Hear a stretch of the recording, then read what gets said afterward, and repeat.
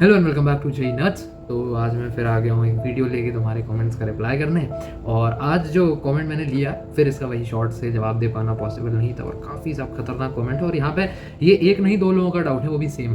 ठीक है, तो कमेंट पढ़ देता हूँ मैं, तो जल्द पीछे डाल देगा थोड़ा सा देर सारे कमेंट्स डाल देना ऐसे साइड साइड में लगा के कि लेकिन थॉट्स ज़्यादा डिस्ट्रैक्शन का क्या करूँ। तो मैंने पूछा किस तरीके के थॉट्स क्या है, तो एक्सप्लेन कराया कि @JNuts बहुत अजीब तरह के थॉट्स आते हैं। एक ऐसा थॉट आता है कि मैं फोकस नहीं कर पाऊंगा, मुझे एक थॉट आ जाएगा और मैं ओवर थिंकिंग करने लगूंगा और फिर सच में करने लगता हूँ। उस पर एक और कमेंट है कि same here bro, don't know what to do, please भैया बता दो ना 2025 का एस्पायरेंट टू। अच्छा देखो, तो ठीक है, बात करते हैं इस पर। यार देखो, अभी हम लाइफ के जिस पड़ाव में है ना, मैं भी और तुम भी, ठीक है, हम मैं तुमसे थोड़ा सा बड़ा हूँ बट हम लोग जिस लाइफ के पड़ाव में है ना, इस समय अपने थॉट्स में मास्टरी करना इम्पॉसिबल है। ठीक है, मैं सदगुरु को सुन लेता हूँ कभी कभी, थोड़ा बहुत ऐसे कभी शॉर्ट्स पे या रील्स पे, तो मैंने उनको सुना, हमने बात कही थी। सारी बातों से मैं उनके ताल्लुकात नहीं रखता और मैं कोई भी तरीके का उनका प्रमोशन नहीं करना चाहता, वो अच्छे बुरे हैं वो सब बात की बात है, लेकिन उनकी बात बहुत सही है। उन्होंने कहा था कि कभी कोशिश करना बैठ के और सोचना क्या ये पॉसिबल है कि तुम अपने दिमाग को ऐसे ट्रेन कर सकते हो कि तुम्हारे दिमाग में एक पर्टिकुलर थॉट पर कोई थॉट ही ना आए। ऐसा पॉसिबल नहीं है। तुम्हारे दिमाग में हमेशा कुछ ना कुछ चलता ही रहता है। अगर तुम बैठ के सिर्फ कुछ चीज़ घूर रहे हो ना ऐसे, तो उसमें भी तुम्हारे दिमाग में मतलब कुछ चल रहा है, इसलिए तुम प्रेजेंट में नहीं हो और अपने ख्यालों में खोए हुए हो। तो अपने ख्यालों को रोक पाना इम्पॉसिबल है, ठीक है, लेकिन अपने ख्यालों को सही जगह डाइवर्ट कर पाना वो अपने हाथों में। उसी बारे में अपन थोड़ी सी बात करेंगे।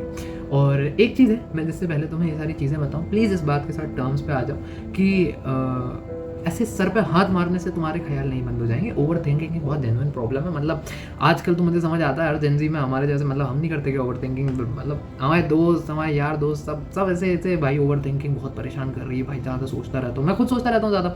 तो एक्चुअल प्रॉब्लम है, पहली बात तो प्रॉब्लम को एक्सेप्ट करना होगा। और ऐसा नहीं होता कि सर पे ऐसे हाथ मारा और वो थॉट गायब हो जाएगा, थॉट गायब नहीं हुआ, फोड़ा हो सकता है वहाँ पर। ठीक है, तो क्या किया जाए, सॉल्यूशन की बात करते हैं। मैं फिर ऐसे कुछ पॉइंट्स लिख कर लाया हूँ उन लोगों के लिए।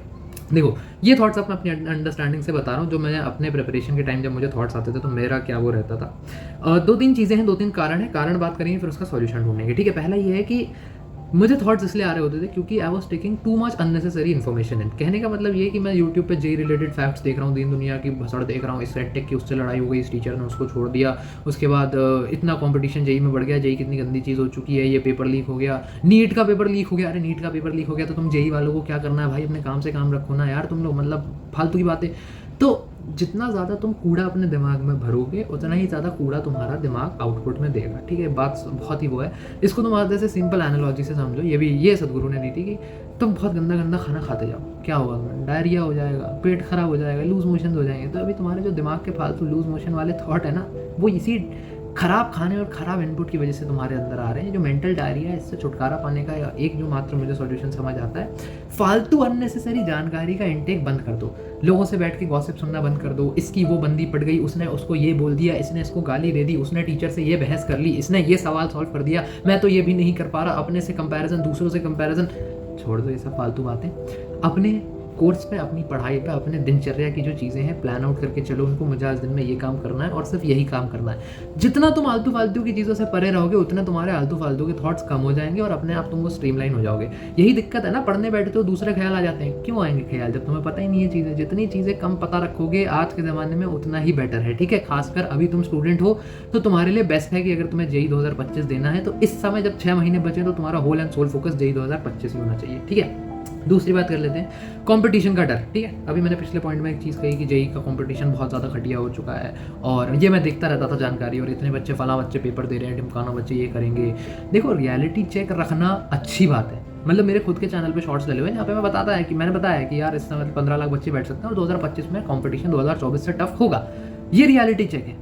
इस पे बकैती कहाँ शुरू हो जाती है, तुम फालतू इस पे सोचना शुरू कर दो, यार 15 लाख बच्चे बैठे, मेरा क्या होगा, मेरा क्या होगा, मेरा क्या होगा, मेरा क्या होगा। अरे यार, सर पीटने से तो वैसे भी कुछ नहीं होगा तुम्हारा, क्यों सर पीट रहे हो फालतू में, क्यों सोच रहे हो इस बारे में, फालतू चीज़ें सोचोगे। फिर वही है, पढ़ने बैठे, यार ये सवाल मुझसे नहीं हो रहा, मुझसे 200 बच्चे कैसे निकलेगा, 15 लाख बच्चे बैठ रहे हैं, कोई एक चीज़, कोई एक कैलकुलेशन मिस्टेक होगी, मैं तो ये मैं करता था भाई, तुम्हें क्या डांट रहा हूँ, मैं खुद करता था, एक्सेप्ट कर रहा हूँ मैं इस बात को। एक कैलकुलेशन मिस्टेक हो गई, सर पकड़ के बैठ गए, गणित वस्तु तुमसे कैलकुलेशन मिस्टेक नहीं हो रही है, तुम तो ये कैसे निकालोगे, तुम्हारी तो 1 लाख रैंक आएगी, 2 लाख रैंक आएगी। अरे भाई, बाद में जाके मैंने रियलाइज़ कर लिया कि ये फालतू चीज़ें, तुम लोग भी बाद में जाके रियलाइज़ करो, उससे बेहतर है कि मैं तुम्हें अभी बता दूं ये फालतू की चीज़ें हैं। ठीक है, ये सब कुछ नहीं होता कि तुम्हारी एक कैलकुलेशन गलती हो गई या कुछ हो गया तो तुम किसी से कम हो गए और तुम्हें ऐसे गहन चिंतन करने की ज़रूरत है अपने लाइफ डिसीजन के बारे में। गलतियाँ सबसे होती हैं, उसमें अपना सोच में नहीं पड़ जाना होता। ठीक है, और एक चीज़ मुझे लगता है तुम्हारे काम आ सकती है, ये सिग्मा ग्राइंडसेट के बारे में मालूम है? सिग्मा माइंडसेट के बारे में थोड़ा सा मालूम है? कुछ नहीं है, कुछ मत करो, थोड़ा सा अपने फेक कॉन्फिडेंस में चले जाओ, ओवर कॉन्फिडेंस नहीं,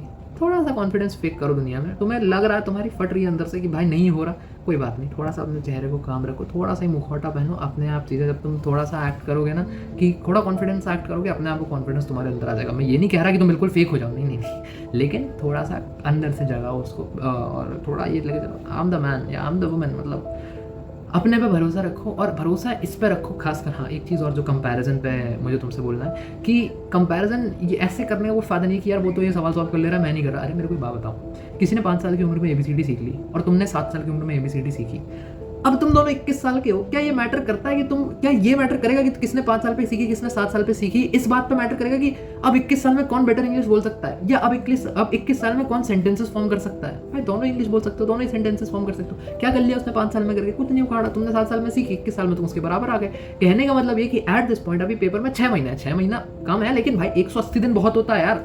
अभी तुम्हें कभी किसी को तुमसे बेटर कोई चीज़ आती है, कोई बात नहीं, पेपर तक तुम भी सीख लोगे। अपनी काबिलियत, अपनी पढ़ाई पे भरोसा नहीं आ रहा है, अपनी काबिलियत पे भरोसा ले आओ। मुझे नहीं आता, कोई बात नहीं, मैं सीख सकता हूँ 110%। ये इस माइंडसेट के साथ चलोगे, अपने आप एकदम फ्लो में रहोगे, और फिर वही जो तुम्हारे थॉट्स हैं वो अपने आप बंद हो जाएंगे। लास्ट एंड फाइनल चीज़ जो मुझे लगता है कि तुम्हें ये फालतू के थॉट्स लाने में उसका एक बड़ा हाथ है, वो है कि सोशल मीडिया, है ना। पढ़ाई पे फोकस नहीं कर पा रहे, क्यों? क्योंकि रील देखने का मन कर रहा है। ऐसा नहीं है कि मुझे जाके सिर्फ रील देखने का मन कर रहा है, वो फला रील, नहीं, पढ़ाई कर रहा हूँ, हल्का सा मेंटल फैटीग हुआ सोता है यार, रील खोल लेते हैं। ये पता है क्यों होता है? क्योंकि रील खोल के घुमाना ना बहुत आसान काम है, ऐसे अंगूठा चलाना बहुत ईजी काम है, और हमारे दिमाग को आसान काम करना पसंद है। मुश्किल काम क्या है? किताब खोल के PYQ लगाना। मुश्किल काम क्या है? किताब खोल के सवाल लगाना, थ्योरी पढ़ना। लेकिन सक्सेस तो मुश्किल काम से मिलेगी ना मेरे भाई, है ना। तो ठीक है, ऐसे वह अगर तुम्हें लग रहा है कि तुम्हें बहुत फ़ोन की लत लग गई है या वो है, तो फ़ोन स्विच ऑफ करके रख दो थोड़ी देर। फोकस मोड होते हैं आजकल फ़ोन्स में, और ये है कि भैया हम तो स्विच ऑफ भी खोल लेंगे। तो ऐसे बच्चों को मैं सिर्फ यही कहता हूँ, बस बैठो और सोचो कि क्या फ़ोन स्विच ऑन करके आधा घंटा रील देखना, क्या ये वर्थ है उस सारे मज़े पे सैक्रिफाइस कर जाने का जो तुम्हें एक Tier 1 कॉलेज तुम्हारी लाइफ में दे सकता है? जाओ, सोशल मीडिया देख रहे हो ना, जाओ 10 मिनट जाके रीलें देखो कॉलेज फेस्ट की, देखो जो Tier 1 IITs में, NITs, GFTI, जो सब Tier 1 कॉलेजेस हैं, उनमें फेस्ट कैसे होता है। देखो IIT बॉम्बे का मूड इंडिगो क्या ग्रैंड होता है, और वहाँ के बच्चे क्या मज़े करते हैं। देखो DTU के NG फेस्ट के बारे में देखो, NITs में कितने फेस्ट होते हैं, दूसरे IITs में कितने, IIT दिल्ली रेंदेवो क्रेजी फेस्ट होता है भाई। मैं गया था, फरहान अख्तर का कॉन्सर्ट अटेंड करके आया था। सोचो इस बारे में, अपने आप तुम्हें समझ आ जाएगा, तुम्हें आंसर मिल जाएगा कि क्या ये वर्थ है कि मैं लाइफ में आगे बेहतरीन मज़े करूँ एक Tier 1 कॉलेज की गारंटी के साथ, उसके ब्रांड नेम, उसकी जॉब अपॉर्चुनिटीज़, उसके प्लेसमेंट अपॉर्चुनिटीज़ इसके साथ, या फिर मैं अभी आधा घंटा रील देखूँ। ठीक है, तो सवाल मतलब तुम्हारे सामने है, जवाब तुम्हारे पास होगा, आई एम श्योर पूछोगे खुद से। तो ये 3 चीज़ें थी, और एक फाइनल थॉट के साथ मैं तुम्हें छोड़ना चाहूँगा कि अननेसेसरली किसी ऐसे जादू की उम्मीद मत करो कि मैं अपने थॉट्स का मास्टर बन जाऊँगा। कोई तुम भाई बुद्धा नहीं हो ना, तुम कोई ऐसे योगी हो बहुत बड़े, बच्चे हो यार, एस्पायरेंट हो, स्टूडेंट हो। ठीक है, फालतू की चीज़ें सबके दिमाग में आती है, ऐसी बात नहीं है। Don't beat yourself too much about it, बहुत ज़्यादा परेशान मत हो। कॉज को इरेडिकेट करोगे तो इफेक्ट भी इरेडिकेट हो जाएगा। कॉज को इरेडिकेट कैसे करना है वो मैंने तुम्हें इन 3 पिलर्स पे बात कर दी। अभी भी अगर तुम्हें लग रहा है कि तुम्हारा डाउट अनरिजॉल्व है, क्योंकि थोड़ा सा तुमने कम बताया था कि क्या है, तो मैंने थोड़ा सा अपने एक्सपीरियंस से अज्यूम करे हैं 3 pillars. Most of the problems जो होती हैं वो इन्हीं से आती हैं। तो आई होप तुम्हारी क्वेरी रिजॉल्व हो गई होगी, नहीं हुई तो फिर से कमेंट कर देना, मैं फिर से तुम्हें बता दूंगा, कोई दिक्कत नहीं है। मैं तुम्हारे लिए बार बार कहता हूँ, मैं तुम्हारे लिए यही हूँ, हम सब तुम्हारे लिए हैं यूट्यूब पे, है ना। तो बढ़िया यार, पढ़ाई लिखाई करते रहो। All the very best, good bye.